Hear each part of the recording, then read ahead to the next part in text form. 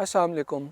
आज हम मौजूद हैं पीएआरसी एनएआरसी के फ्लोरिकल्चर रिसर्च प्रोग्राम के रिसर्च एरिया में और आज हम आपको बताएंगे एक नए फूल के बारे में। ये एक स्पेशलिटी कट फ्लावर है, तराशीदा फूलों की एक नई किस्म है।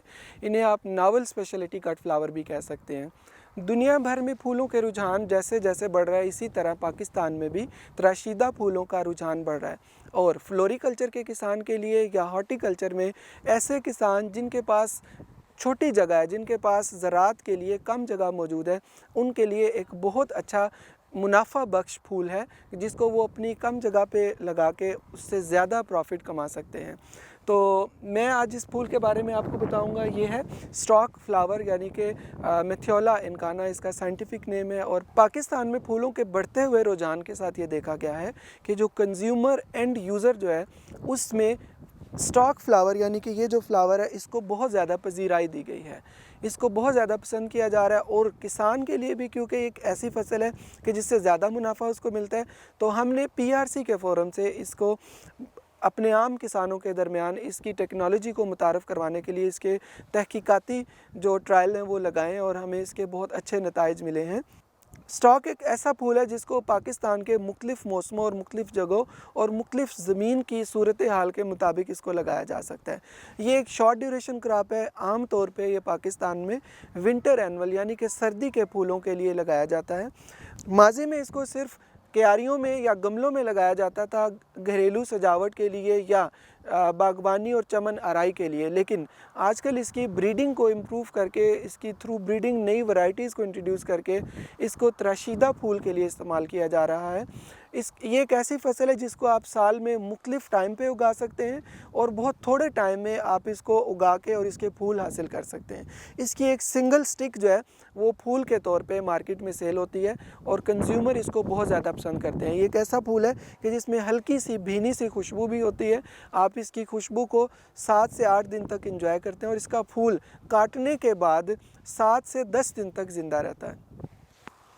अच्छा, जैसा कि मैंने बताया कि ये एक तराशीदा फूलों की किस्म है, तो तराशीदा फूलों को काटने का एक स्पेसिफ़िक वक्त होता है, एक स्पेसिफ़िक तरीका होता है कि किस वक्त और कौन सी ग्रोथ की स्टेज पे आप उसको हार्वेस्ट करें तो वो ज़्यादा देर के लिए काटने के बाद ज़िंदा रहेंगे, शेल्फ़ लाइफ उनकी ज़्यादा होगी या वेज लाइफ उनकी ज़्यादा होगी या कंज्यूमर के पास वो ज़्यादा देर के लिए रहेंगे। मैं साथ ही आपको ये भी बताऊँगा कि इस फूल को काटने का कौन सा प्रॉपर तरीका है और किस स्टेज पे आप इसको काटेंगे तो ये ज़्यादा देर के लिए मार्केट में या आपके पास आपकी शेल्फ़ पे सरवाइव करेगी। तो इस फूल को काटने के वक्त सिर्फ एक ख्याल रखना है आपने कि काटते हुए आप इसको स्लांटिंग यानी कि तिरछा कट लगाएं और काटने का वक्त जो है वो या तो सुबह के वक्त या शाम के वक्त हो, ताकि आपके फूल जो हैं वो ज़्यादा देर के लिए सरवाइव कर सकें। अच्छा, स्टॉक की इसकी खूबसूरती का एक अहम हिस्सा ये भी है कि ये आपको मुख्तलिफ़ रंगों में मिलता है।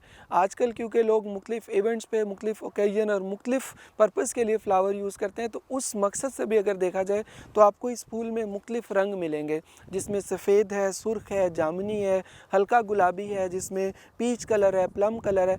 ऑलमोस्ट इसके 7 से 10 शेड मौजूद हैं जो कि मुख्तलिफ़ मकसद के लिए इस्तेमाल किए जाते हैं।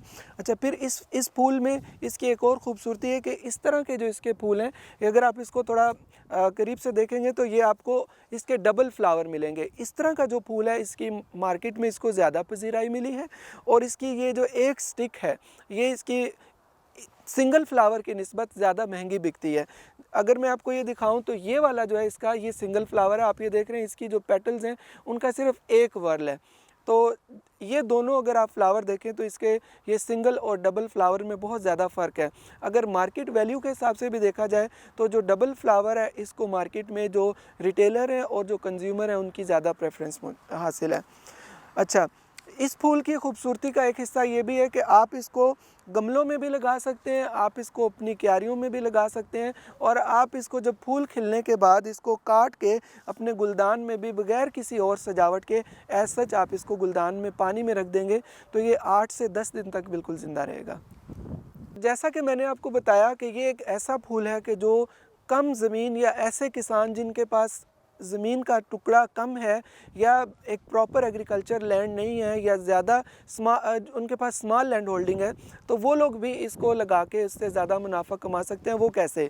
इस फूल को लगाने के लिए आपको बहुत ज़्यादा फासले पे लगाने की ज़रूरत नहीं है। आप इसको बिल्कुल करीब करीब कितारों में लगा सकते हैं। इसका फ़ायदा क्या होगा कि अगर आपके पास 1 से 2 कनाल भी ज़मीन मौजूद है, आप उसमें ज़्यादा पौधे लगा सकेंगे, आपको अल्टीमेटली ज़्यादा इसकी स्टिक्स मिलेंगी और इसकी एक स्टिक मार्केट में 60 से लेके 120-150 रुपए तक की किसान जो है वो शॉपकीपर को सेल करता है और शॉपकीपर आगे इसको 200 से लेके 250-300 रुपए की एक स्टिक सेल करता है। इस हिसाब से आप इसका बिल्कुल वो निकाल सकते हैं कि आपको एंड प्रॉफिट इसका कितना निकलता है।